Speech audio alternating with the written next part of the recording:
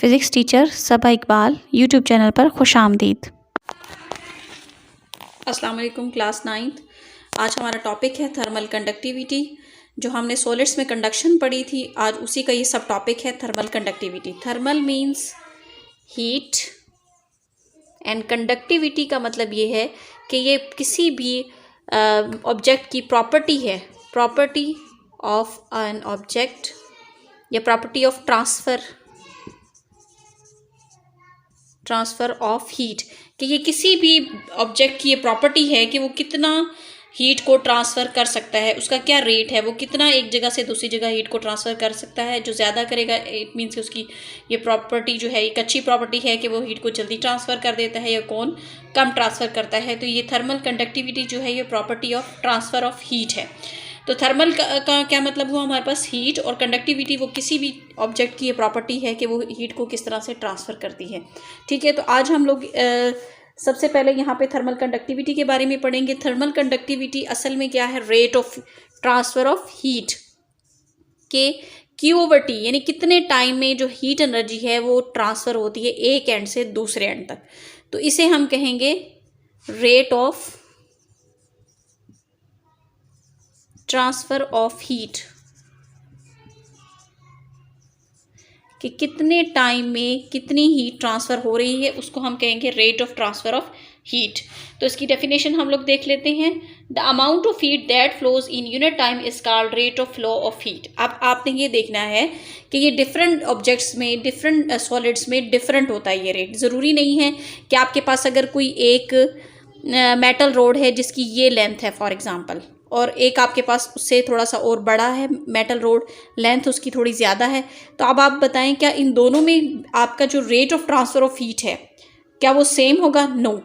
हो सकता है कि क्योंकि इसकी लेंथ कम है तो जल्दी ट्रांसफ़र हो जाए इसमें हीट, और ये हमारे पास लेंथ में ज़्यादा है तो इसमें हीट ट्रांसफ़र जो है वो थोड़ा लेट होगी। तो इस तरह से आप लोगों ने इनका जो ट्रांसफ़र ऑफ हीट का जो रेट है आज हम लोग पढ़ेंगे थर्मल कंडक्टिविटी में। तो थर्मल कंडक्टिविटी में हम लोग आज वो प्रॉपर्टी पढ़ेंगे हर ऑब्जेक्ट की, कि कैसे जो है वो रेट चेंज होता है, किसका रेट ज़्यादा है और कब ज़्यादा होता है, और कौन कौन से फैक्टर्स हैं जो इस थर्मल कंडक्टिविटी पर जो है वो डिपेंड करते हैं, कि थर्मल कंडक्टिविटी किन फैक्टर्स के ऊपर डिपेंड करती है। तो सबसे पहले हम लोगों ने ये देखना है कि फॉर एग्ज़ाम्पल हमारे पास एक कोई भी मेटल का एक पाइप है फॉर एग्ज़ाम्पल, और उसका कोई ना कोई क्रॉस सेक्शनल एरिया भी होगा जिसको हम किससे शो करेंगे, ए से, और इसकी लेंथ होगी एल से।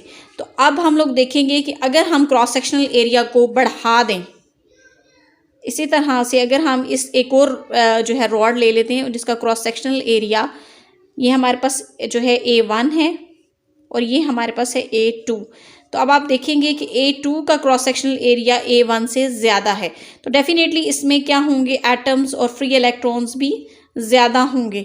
जब आप यहाँ से इसको हीट देना शुरू करेंगे तो होगा क्या कि वो जो फ्री इलेक्ट्रॉन्स हैं वो ज़्यादा कंडक्ट करेंगे, वो हीट ज़्यादा कंडक्ट करेंगे, और यहाँ पे क्योंकि इसका साइज़ जो इस क्रॉस सेक्शनल एरिया कम है तो यहाँ पे फ्री इलेक्ट्रॉन्स की जो तादाद है वो भी कम होगी, तो वो इलेक्ट्रिसिटी को भी कम कंडक्ट करेंगे। तो इसका मतलब ये हुआ कि कम टाइम में यहाँ पर हीट जल्दी ट्रांसफ़र हो जाएगी, यानी जो इसका रेट है Q/T, यानी ट्रांसफ़र ऑफ ये rate of transfer of heat is directly proportional to area, कि अगर एरिया को बढ़ा दिया जाए तो rate of transfer of heat भी बढ़ जाएगी, अगर एरिया को कम कर दिया जाए तो rate of transfer of heat भी कम हो जाएगी। तो ये एक हमारे पास ये फैक्टर आ गया कि अगर एरिया के डायरेक्टली प्रोपोर्शनल होगा। सेकंड हमारे पास अब इधर आ जाएं कि हमारे पास फॉर एग्जांपल यही 2 रॉड्स हैं या और कोई हमने रॉड ली, तो अब हमारे पास रॉड ले लिए हैं, अब वो मेटल रॉड है, हमने इसको हीट अप करना शुरू किया यहाँ से, और इसी तरह से हमने इस रॉड को भी हीट देना शुरू कर दी। अब आप मुझे ये बताएं कि इन दोनों में से कौन सा जो है रॉड हमारा वो जल्दी हीट को आगे ट्रांसफ़र करेगा। तो ये जिसकी लेंथ कम है ये L1 है, और ये हमारे पास क्या है L2।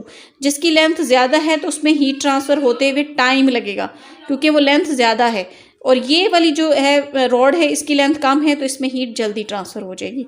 तो इसका मतलब ये हुआ कि हमारे पास लेंथ के कम होने से, यानी जो रेट है हमारा वो उसके इन्वर्सली प्रोपोर्शनल है लेंथ के, कि लेंथ कम हो तो ट्रांसफ़र ऑफ हीट यानी रेट जो है वो बढ़ जाएगा, लेंथ बढ़ा दें तो रेट कम हो जाएगा। ठीक है, थर्ड जो हमारे पास एक हमने ये पढ़ लिया जो कि हमारे पास सेकंड फैक्टर ए था, और फर्स्ट फैक्टर हमारे पास rate of heat is directly proportional to area. Third की तरफ आते हैं। थर्ड हमारे पास है कि difference temperature difference between two ends. ठीक है, फॉर एग्जांपल आपके पास यही दो रॉड हैं और इनका जो टेम्परेचर डिफरेंस है उसके ये क्या है, डायरेक्टली प्रोपोर्शनल है। फॉर एग्जांपल अगर आपका एक एंड जो है बहुत हॉट है, हॉट इस तरह से कि अगर यहाँ पर 20 डिग्री सेंटीग्रेड टेम्परेचर है आपका, और यहाँ पर अगर है 0, तो 20 माइनस 0 आंसर इज़ 20। तो टेम्परेचर डिफरेंस बहुत ज़्यादा। फॉर एग्जांपल अगर इसका टेम्परेचर हम चेंज कर दें, यहाँ पर इसका टेम्परेचर आ जाए 20 ही, और यहाँ पर इसका टेम्परेचर आ जाए 10 डिग्री सेंटीग्रेड 0 के बजाय, अगर ये टेम्परेचर डिफरेंस इनका आए तो फिर हम क्या करेंगे, 20 में से 10 को जब माइनस करेंगे तो आंसर आएगा हमारे पास 10।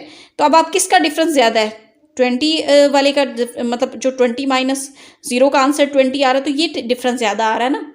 और ये देखिए 20 माइनस 10 इज इक्वल टू 10। तो रेट ऑफ जो ट्रांसफ़र ऑफ हीट होगा वो इसमें ज़्यादा होगा। जब एक एंड बहुत जो है हॉट होगा, दूसरा बहुत ज़्यादा कोल्ड होगा, तो उनका जो ट्रांसफ़र ऑफ हीट का जो रेट है वो भी उसमें ज़्यादा होगा, जिनका आंसर ज़्यादा आएगा। ठीक है, जब और क्यों ज़्यादा होगा, मैंने आपको पहले भी बताया कि चीज़ें हमेशा ज़्यादा से कम की तरफ जाती हैं और उस वक्त तक जाती रहती हैं जब तक वो अपना टेम्परेचर जो है वो इक्विलिब्रियम नहीं कर लेती हैं, अब बैलेंस नहीं कर लेती हैं, अपने टेम्परेचर को कांस्टेंट में नहीं लेकर आ जाती। तो अब इसका टेम्परेचर तो इतना डिफरेंस ही नहीं है, एक 10 है और एक 20 है, तो आराम से हीट ट्रांसफ़र होगी, रेट स्लो हो जाएगा। लेकिन यहाँ पर जो है उसका जो रेट है वो बहुत हाई है, मतलब ज़्यादा है कि 20 है एक साइड पर, एक साइड पर बिल्कुल 0 है, तो हीट जल्दी ट्रांसफ़र होना शुरू हो जाएगी। और जल्दी ट्रांसफ़र होगी तो इसका मतलब ये हुआ कि जो रेट है, यानी जो डिफरेंस आ रहा है वो उसके क्या है, डायरेक्टली प्रोपोर्शनल है।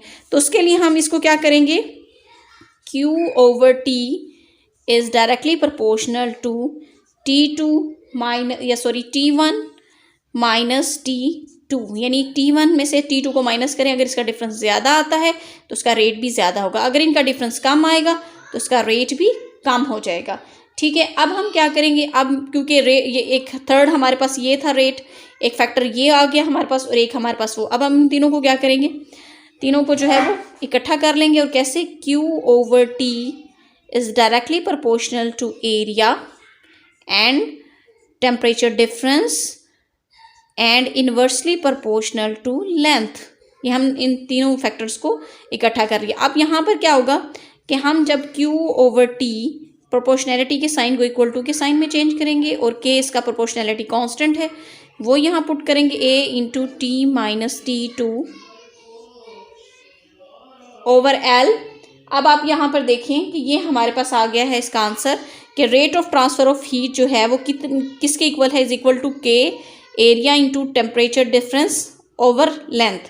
के बुक में देखें कि K की वैल्यू अगर हमने फाइंड आउट करनी हो तो हम इसी फार्मूले से करेंगे, जैसे कि हमारे पास ये वाला फार्मूला है Q/T is equal to K/T1 minus T2 over L, और K जो है वो प्रोपोर्शनलिटी कांस्टेंट है, तो K की वैल्यू आप यहाँ से फाइंड आउट कर सकते हैं। और थर्मल, इसको हम क्या कहेंगे, थर्मल कंडक्टिविटी। और थर्मल कंडक्टिविटी की डेफिनेशन है the rate of flow of heat across the opposite faces of a metre cube of a substance maintained at a temperature difference of 1 Kelvin is called the thermal conductivity of that substance। ठीक है, और ये बहुत सारे आपको thermal conductivity different substances की दी हुई है, जो आपने एज इट इज़ ये टेबल आप लोगों ने याद करना है। ठीक है, आज हमारा लेक्चर एंड हो गया, थर्मल कंडक्टिविटी। अल्लाह हाफिज़।